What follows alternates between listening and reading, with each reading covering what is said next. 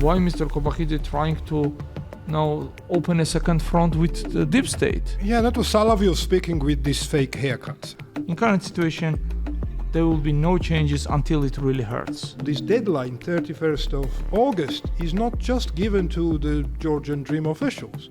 This is also a deadline that is given to Georgian people. Every time Bidzina gets the news of the Bitcoin getting high, he remembers that Bachiashvili is... He's a traitor in his eyes. He's Gaharia with Bitcoins. If we don't really respond to that, it means that we deserve it. We are not responding. So we deserve it then. Hello and welcome to Talk Georgia Question Time with me, Giorgi Rukhadze. And with me, Nodar Kharshiladze. This is a special edition of Talk Georgia where Nodar and I answer your questions about Georgian and international politics. It's brought to you by Droeba Media Group, trusted source of information and analysis.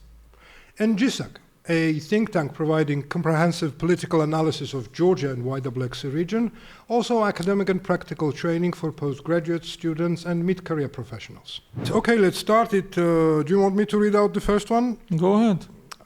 First question came from Zviad, and he's asking about how likely is it that the visa-free travel will be suspended starting September 1, and can it still be avoided? Well, that's I think very popular question now in minds and in private discussion, public as well. Well, I think we can both talk about it from different perspectives. I don't think that September 1 is a set date. I would have doubt that it will be that soon, but there is a highly likelihood of suspension arriving this year. I mean, that is very likely. Probable autumn, late autumn, I think, is more probable than September 1. I have met recently our friends from Brussels here in Tbilisi who are dealing with these issues just several days ago, and they said now that discussion was there for the last 2 years, but there was no qualified majority, the big majority. Now they have this majority because many countries changed their positions. One thing why they did, there are two issues why European Union, some countries were hesitant about the freezing of the, first of all, freezing will be easy, unfreezing will be hard. That's the first one. That's always like that. They said that it won't, there is no precedent, of the... In Europe. I mean, there is one with Vanuatu, if I'm not mistaken, but that doesn't count. Yeah. In Europe, there is no candidate country. I mean, there is no. So they need to think how they unfreeze it. The second more practical issue they said was the issues of visa. Now, since there was a visa-free regime for more than 10 years now. 8 years. 8 years. Exactly. Yeah, exactly 8 years. All the software and some of the hardware related to visa issue, including the special papers which it should be printed on, the visa which goes to it has been removed from Georgia. And why most countries do have a consular office still here, they are not tasked with the visa issuing, only into minor and the specific visas for working with long-term, but this is a very minor, and these visas are not issued here. Once such visa is, and I inquired about, once such visa is requested, it's sent to a nearest biggest hub, Istanbul or maybe the Kiev or somewhere, and there they are issuing this visa. Istanbul is popular because in Istanbul, Turkey doesn't have a visa-free regime with Europe, so they have all this equipment and software.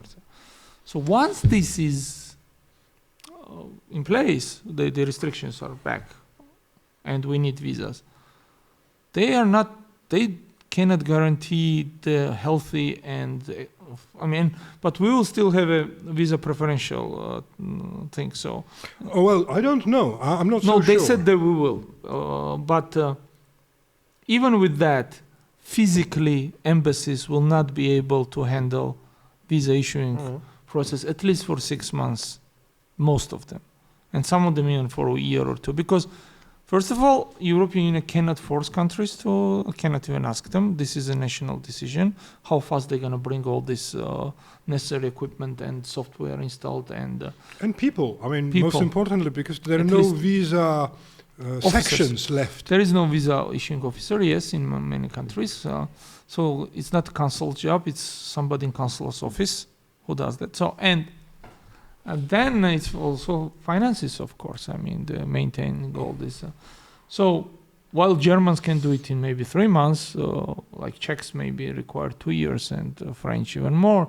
I mean, I'm just throwing numbers, but that would put us in a situation where there is a long line in German embassy where all visas are requested from there. So there will be lots of pain and discomfort, I was told there. Now, regarding the Georgian citizens who work in foreign countries legally.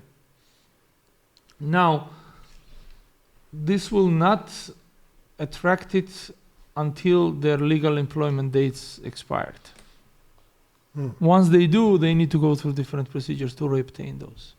Way more complicated procedures. Yeah, I'm sure it will be the reality because the European Union is also tightening the, immigration laws. They need to come back. They need to leave the country. They need to take working visa now. Because how it was done, in Poland, for example, many work permits were issued based on free entry, which they should not. But it's a gray area and Poles like us, and so they did it. So they did not. Normally, you need to have a working visa in order to get working permit, but you would get there with visa free, would start working semi-legal, then they would work 3 months, 6 months, and they would say, okay, let's reissue him something, some documents and things like that. So this will not be happening anymore. And moreover, even travel visas. Yeah, that's going to be a problem. Exactly the same way, because it takes the same work to issue visas, whether it is travel, study, working, whatever. So travel visas will be required to be submitted in a country where you're traveling. I mean, if this country, if you go to Portugal and there is no Portuguese embassy, then of course you can go to French embassy and then there. But that will be, okay. So French embassy will issue visa for you. First, they will issue visa for those who go to France. And then secondary, they will issue visa. So this will be a very long process now. Also, when you have a visa that allows you to go to France, well, of course, it will be another hassle if you really change their mind and then you want to go to Germany, for example. You should enter to France. Crossing Germany would be difficult. So maybe you can get through, but may not. So there are lots of things we forgot about those things. I mean, I used to remember those things, that you need to go first to country of origin because you might have a problem. And now they're coming back. And this is unfortunately, we spoke before we started that you wanted to speak about Bachiashvili, who makes this absolutely ridiculous comments about the visa-free regime, that what's the big deal. Okay, I think that's a good idea to just leave these technicalities for a while. I mean, I understand this is very important because this will affect entire Georgian population. Most of our viewers from Georgia. But again, let's go a little bit to a background story, what led to us here. And as we already know, at the council meeting at foreign ministers level, a decision was made. And then, based on that decision, European Commission sent a letter to Georgian Dream foreign minister and some of the other officials, basically warning them that if they don't comply with 8 requirements or 8 recommendations that they issued, and they have time until 31st of August, and I think this is where this deadline came here, September 1. Then European Union would consider, suspending the visa-free travel. And I 100% agree with you that if there was not qualified majority of doing that, they wouldn't have issued this kind of letter. So basically the requirements, there are 8 points, but they can be boiled down to 4 main points, which is first is human rights and fundamental freedoms, which basically includes releasing all the unlawfully detained prisoners and political leaders, etc. Second thing is repealing all restrictive laws, including Russian law 1, FARA, anti-LGBTQI law, and some others. Third point is that to change Georgia's visa policy to the third countries and align it to the European visa Which policy. means Russia.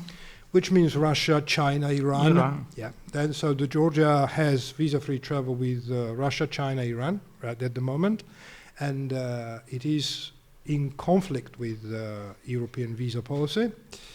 And fourth point was the corruption. And basically accent was on Anti-Corruption Bureau that has a lot more powers than it used to have, but they are doing absolutely nothing about corruption. They do something else. They crack down on civil society. When the letter was issued, there was a swift answer from GD Prime Minister Rukhadze and GD Parliament leader Bachiashvili.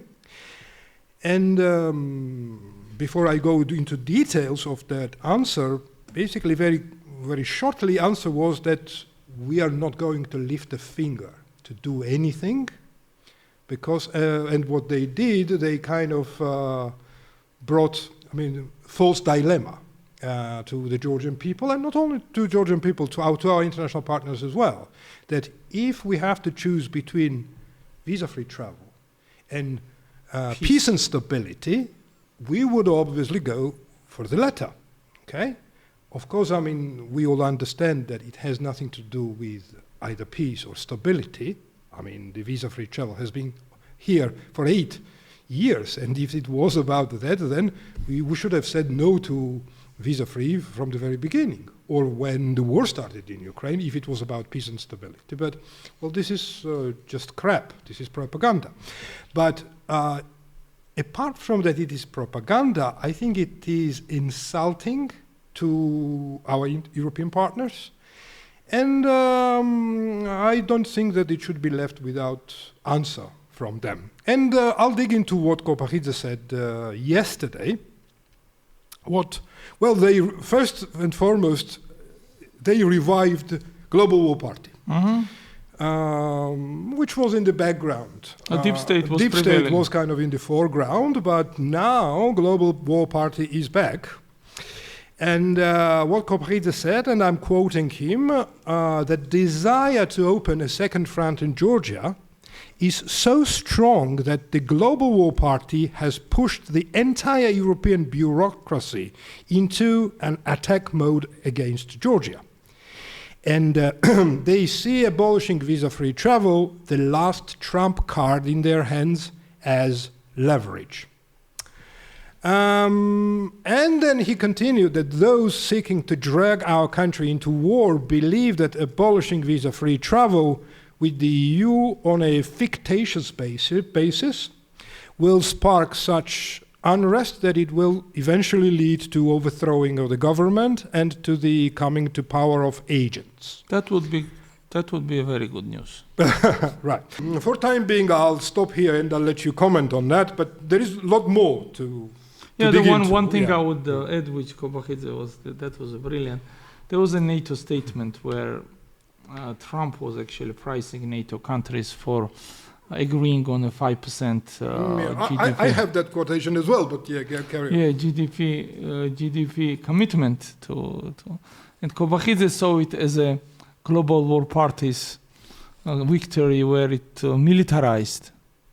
It forced militarization. Can you have a quote? Today, among EU leaders, the war rhetoric is so strong that not only is there no end in sight to the military confrontation, but everything is being done to prolong it.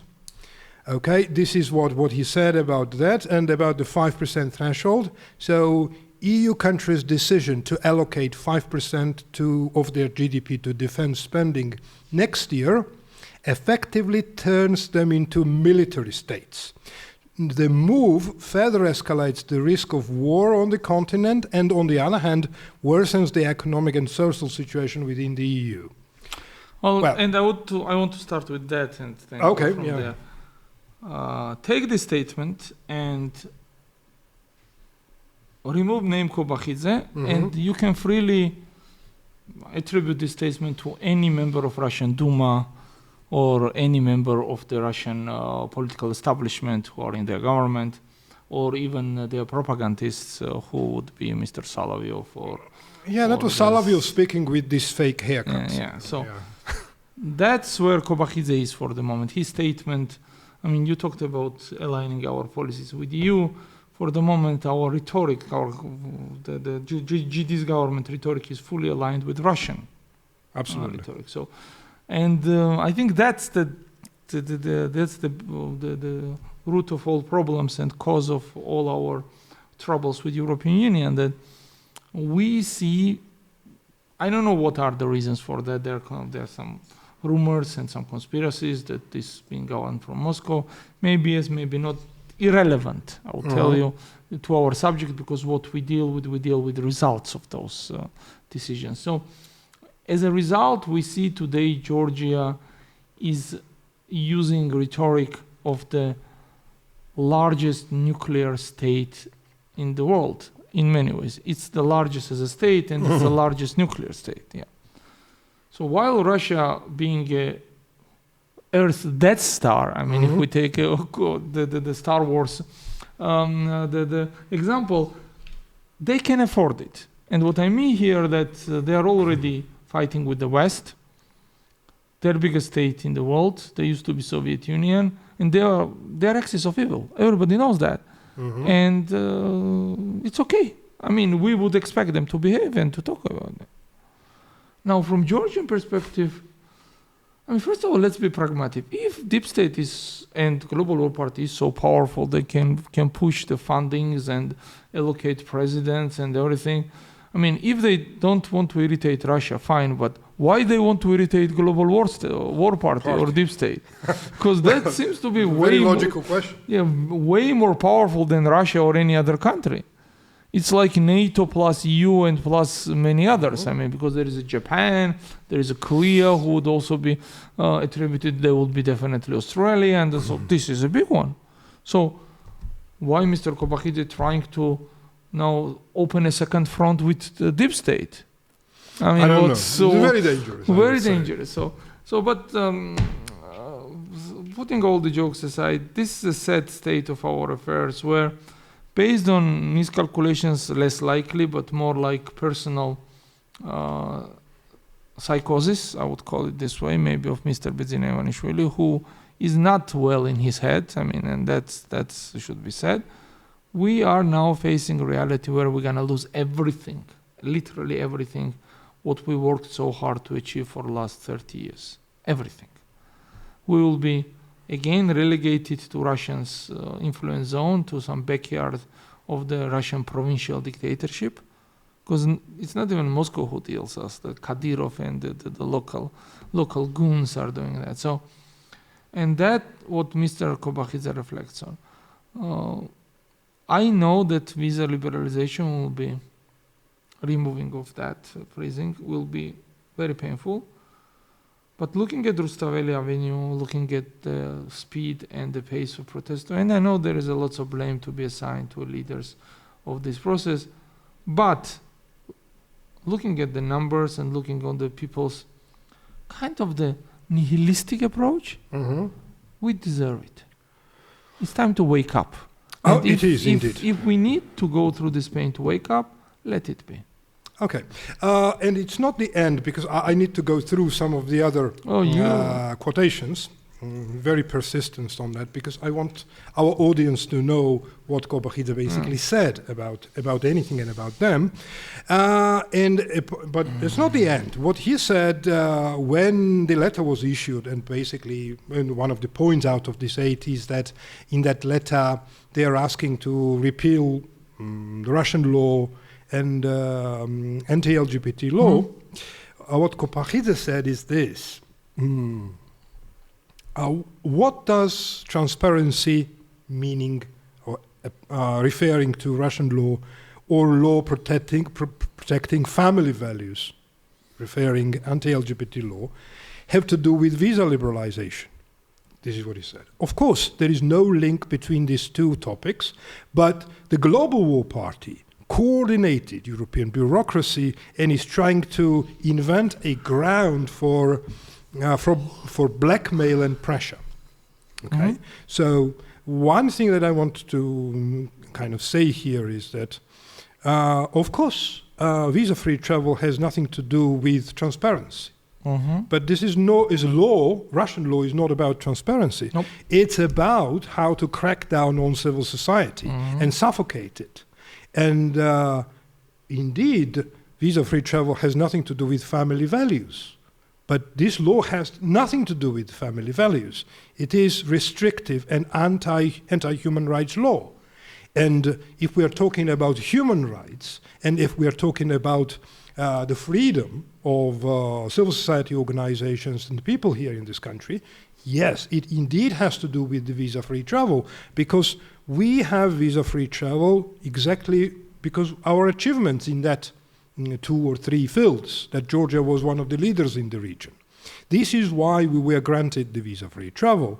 And when these conditions are no longer met, well, we should expect that the European Union at some point will take it away from us. There are some other points here as well, and I'll come back to that. But what I want to talk about, you mentioned that well, there doesn't seem to be a protest kind of erupting because of this, and I also want to tell our viewers and Georgian people as well that I think that this is naive to wait for the 31st of August, when the European Union will further say something and say that, okay, we will make decision in September or October, and then it will be implemented from 1st of December or 1st of January. So we don't really need to wait for that, because if we are naive enough to believe that the Georgian Dream will lift a finger to do anything to save visa-free travel, they wouldn't do anything. On the contrary, I think they will do even worse things within this time frame to make sure that there is no other way from the European side to not to kind of suspend the visa-free travel. And or inside the country, they will do things that are so bad that nobody would ever remember that somebody suspended you visa-free travel. And also this deadline, 31st of August, is not just given to the Georgian Dream officials. This is also a deadline that is given to Georgian people.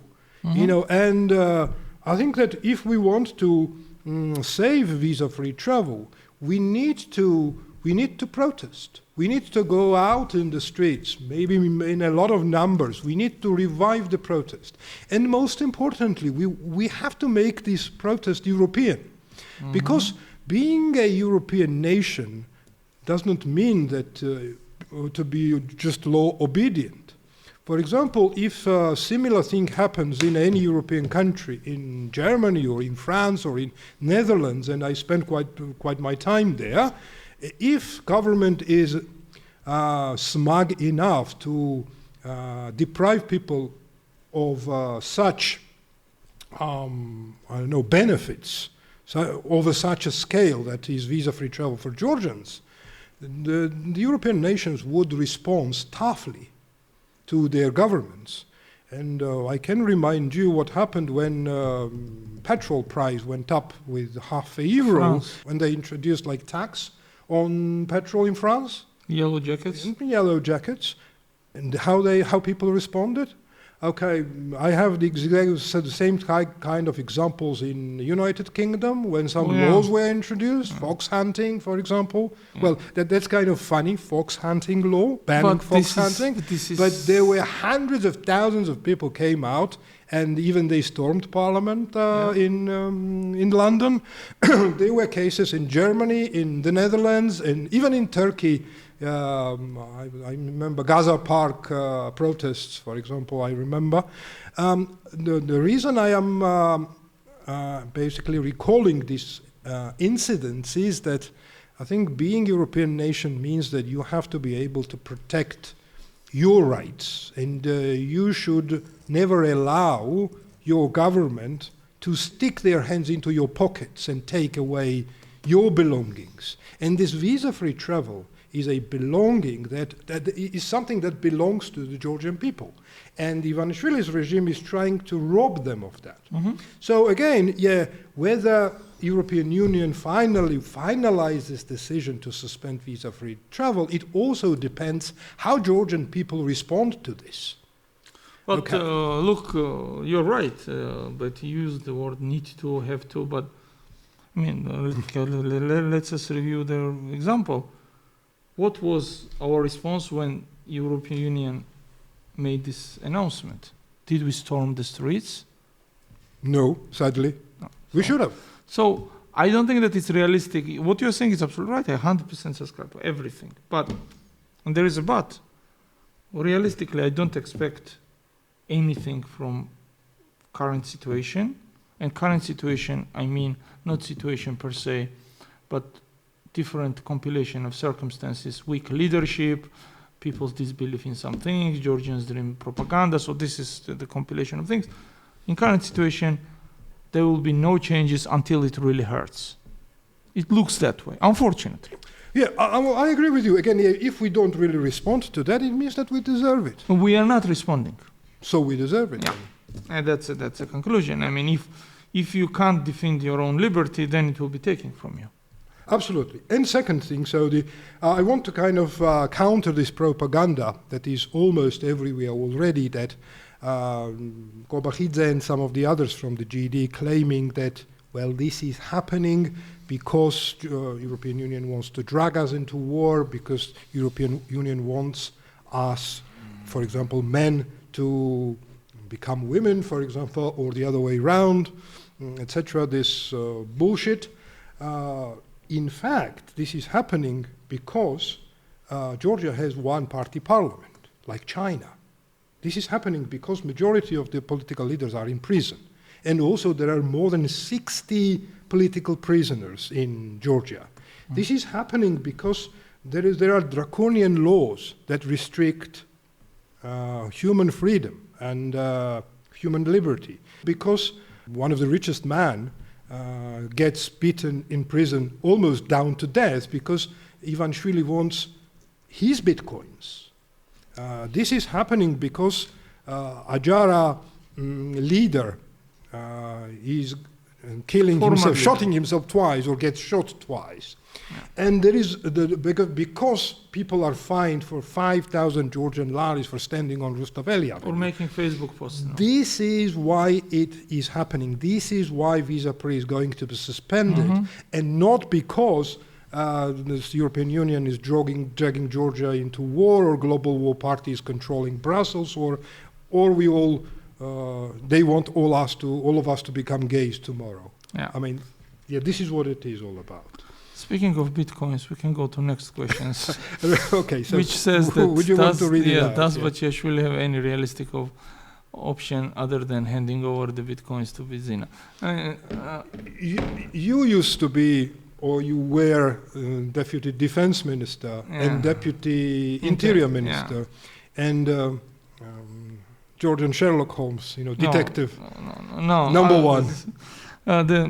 Look. Okay, you tell us. Very short. What is left? Yeah, very short. Because this is a funny question. I mean, is there any option? I think that let's give the general and then let's examine the facts. I think that now Bitcoin is on the rise again. I mean, it just broke through the 120,000 it just broke US dollars. So every all-time high, by the way. Yep. So every time Bidzina gets a news of the Bitcoin getting high, he remembers that Bachiashvili is, he thinks that he's Bitcoin, so I think, and then the factual thing, Bachiashvili was badly beaten recently. And what happened after that? After that happened the following. And in a solitary cell. Yeah, in solitary confinement, he was beaten badly.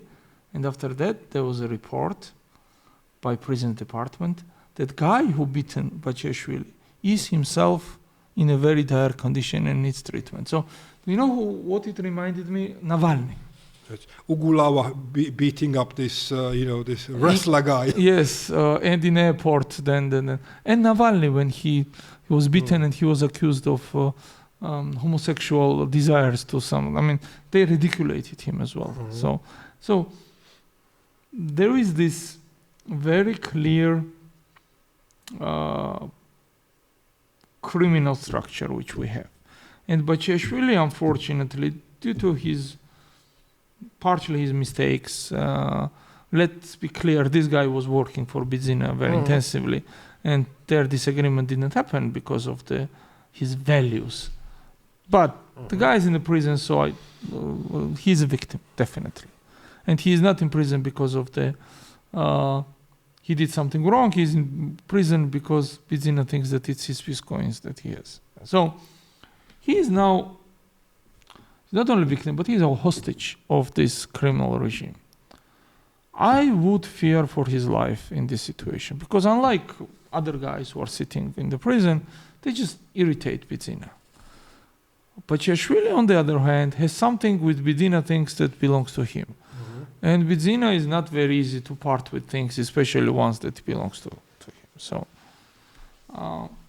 I don't think that if situation continues like that, Bachiashvili will have any options to give up. Yes, and I think to answer this question, I don't think that he has any options. Unless, of course, he proves to be a very like Navalny type guy, but Navalny was an idea guy who was safely extracted to Germany and willingly chose to came back to Germany. With Bachiashvili, that was not the case. He was kidnapped. He didn't willingly came back. So I don't think that it's fair to compare them, because in Bachiashvili I don't see any ideological fighter here, or any fighter at all. But he's better than Bidzina, definitely. I mean, in his fight against Bidzina, I would root for him. Okay, but he's now on the losing side. And Bidzina, especially current one, who has lost parts of his not very stable mind anyway, can do some dramatically drastic things, and this is very unfortunate. This beating is just one demonstration of that. So for Bachiashvili's sake, I hope that he reaches some agreement to get out of there, because it's one, to be a political prisoner, and second, to be a hostage. This is like used to be how it was called, the financial prisons in 19th century. Oh yeah. That was, somebody should pay your debts or you yourself arrange that. So until you paid, you would be there sitting. So this is a Bachiashvili situation. I mean, 19th century financial. I wouldn't say that that's simple. I think that Bachiashvili's case is even more complicated, because look, I think Bachiashvili's life depends on the information he holds. The moment he gives it to Bidzina, I think that this is where his life would be in extreme danger. After that, not before that. So before that, he will be alive. As long as Bidzina has hope that he will extract this information that will give him an access to Bachiashvili's bitcoins. But once he gets an access to that, then Bachiashvili's life would be let me put it this without way. Any price. Technically, it's very hard to transfer with those bitcoins, even having information, without Bachiashvili himself. Okay, so I don't really know. I mean, it's not impossible. Tactical details. It's not impossible. It's not impossible, but it's hard, because now more and more, when you are transferring that large money, the place where you're holding these bitcoins always asks for several layers of identification, including facial identification and things like that. Okay, so it could be done that they could agree. He could do it outside the prison or somewhere, and then he would be put on plane. Or I don't know that. I know that Bidzina dislikes him very much now, because, and what you said, this is true. Yeah, it's not only just bitcoins, but also kind of, he is a traitor in his eyes. He is Gacharia with bitcoins. Yeah, exactly. So once bitcoins is removed, you're making valid point. But I think Bachiashvili is smart enough. But again, the mistake he made by staying in Abu Dhabi was a huge one. I mean, he could walk. But we don't know. Maybe he was under house arrest or something. No, he was in Interpol's list. That's why. Yeah. But solution was to walk into, let's say, British embassy and surrender himself. That would be the. and he had enough money to maintain expensive lawyers from London who would in parallel submit the political refugee form in the High Court of the United Kingdom. So yes, that was one option, for example. He could do same with the European Union country, but Britain is the most realistic option here. But he didn't do that. So, and then he was of course kidnapped and stolen and everything. Yeah. So, but I think he's smart enough not to fall on the same mistake twice. But again, I don't think that he is now having lots of options there, because this violence will only going to escalate.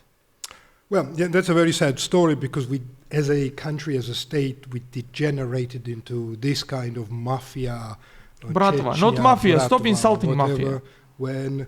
When again the people are tortured like this to extort. Well, it's Kadyrovщina, it's Kadyrovщina. Which.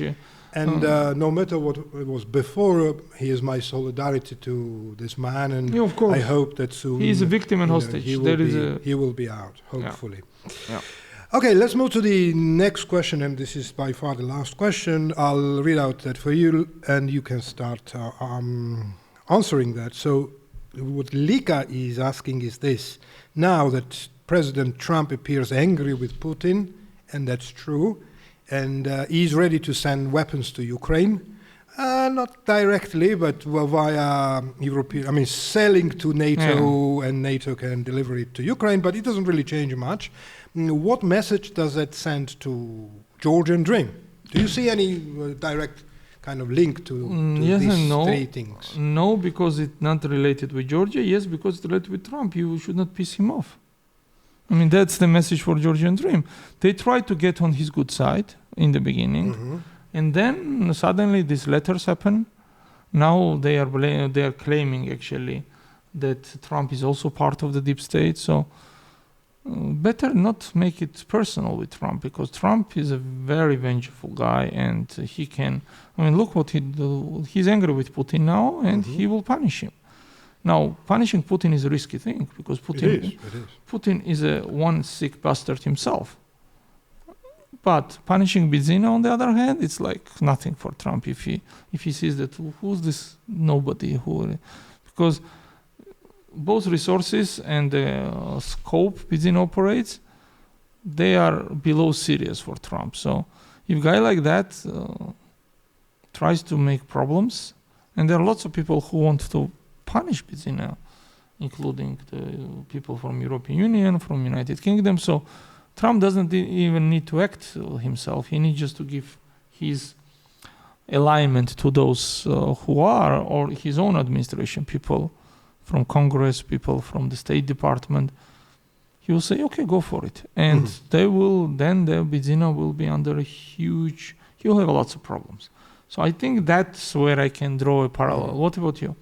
I agree with you. And also in a wider picture, it also can be a risky thing for Georgian Dream, because if the trend continues and Trump continues helping Ukraine with weapons or selling weapons to Ukraine, and if European Union continues with this sanction rounds, and the last round, 18th round of sanctions was adopted a few days ago, and this is really tough, I would say, package of sanctions against Russia.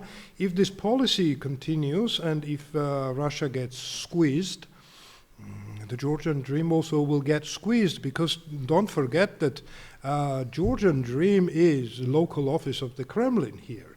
And if there is kind of the full understanding that Georgian Dream is part of Kremlin operation, then when Kremlin gets squeezed, Georgian Dream will get squeezed automatically as well. Of course, I'm not saying that it will be enough to push Ivanishvili out of power. No, there should be a significant Georgian contribution in this operation, from public. Or this is only in scenario when it's possible to happen. But if the trend continues with Trump, Putin, Ukraine, European Union, what we see now, I think it limits the options for the Georgian Dream. Yeah, it does, definitely. First of all, it totally destroys this their notion, which they started to introduce after the American election, that don't mind European Union, we're gonna settle with Trump, and that would fix everything. That is now gone, and that will undermine. And secondary, of course, that if America is very pro-Ukrainian again, I mean, America always was, it's Trump. That means the Georgian Dream will not have any rogue allies in the Western world, and they can't align themselves. And their Chinese card is not serious; it's not taken serious by Georgian people, because for us it's a very foreign land. Iran is a very negative in Georgia, so only card to play remains Russia. And more you play Russian card, more you get problems from the United States and the West. So I don't think that that will be safe path to us. However, so far, Georgian Dream went pretty much, I mean inside, not outside, unpunished, doing even more stranger things. Thank you, Nodar. Thank you, Georgi. And thanks for watching us, listening to us. Please like us, subscribe to us, and I'll see you next week.